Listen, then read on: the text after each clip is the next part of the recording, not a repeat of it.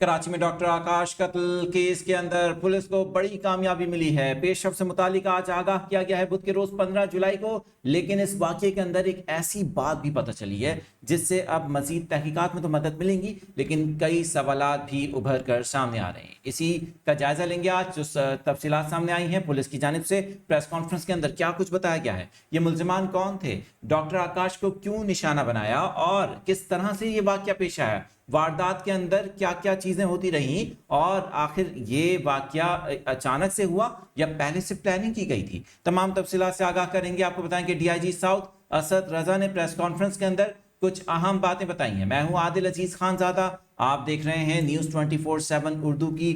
Digital video. آپ کو بتائیں کہ اس واقعے کے اندر کیونکہ بہت امپورٹنٹ پہلو ہے جو اس وقت سامنے آیا ہے،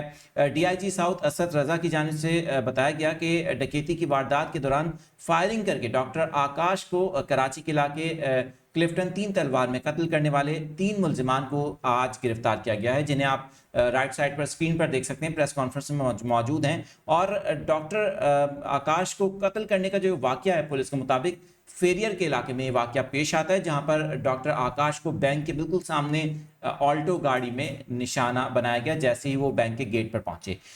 اس حوالے سے پولیس کی جانب سے بتایا گیا ہے ڈاکٹر آکاش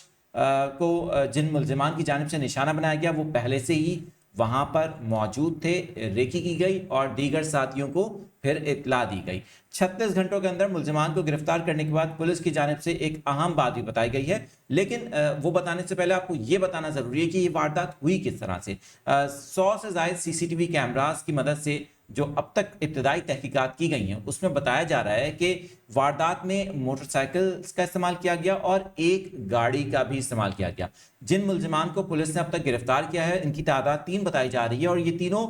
2 موٹر سائیکلز پر آئے تھے، جبکہ ایک بیک اینڈ پر گاڑی بھی موجود تھی۔ ظاہر ہے کہ پہلے سے ایک پلاننگ کی گئی تھی اس واقعے سے پہلے۔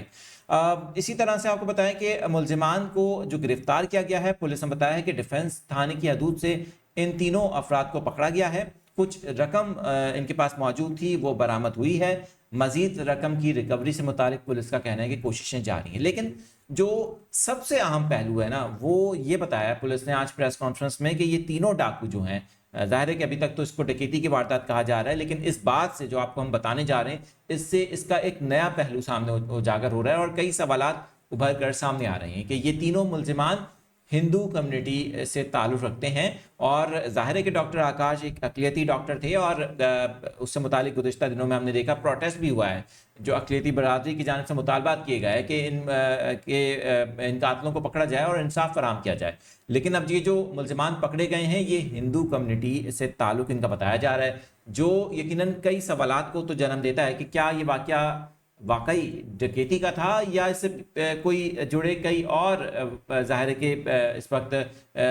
جو لنکس ہیں وہ سامنے آ سکتے ہیں۔ کیا پہلے سے ڈاکٹر آکاش کے ساتھ کوئی مخبری کی گئی، کیا کوئی ذاتی دشمنی کا واقعہ تو نہیں تھا، کیونکہ یہ جس طرح سے بتایا جا رہا ہے کہ ڈاکو وہاں پر موجود تھے، ایک سے زیادہ یہ لوگ تھے، گاڑی کا استعمال کیا گیا، بیک اینڈ پر لوگ موجود تھے جنہوں نے ریکی کی، تو اس ساری صورتحال سے یہ تمام سوالات اس وقت ابھر کر سامنے آ رہے ہیں۔ لیکن ظاہر ہے کہ پولیس تحقیقات کر رہی ہے، ان ملزمان کو عدالت میں بھی پیش کیا جائے گا، مزید جو تحقیقات میں پیش رفت ہوں گی ان سے متعلق بھی اپنے ناظرین کو آگاہ کرتے رہیں گے۔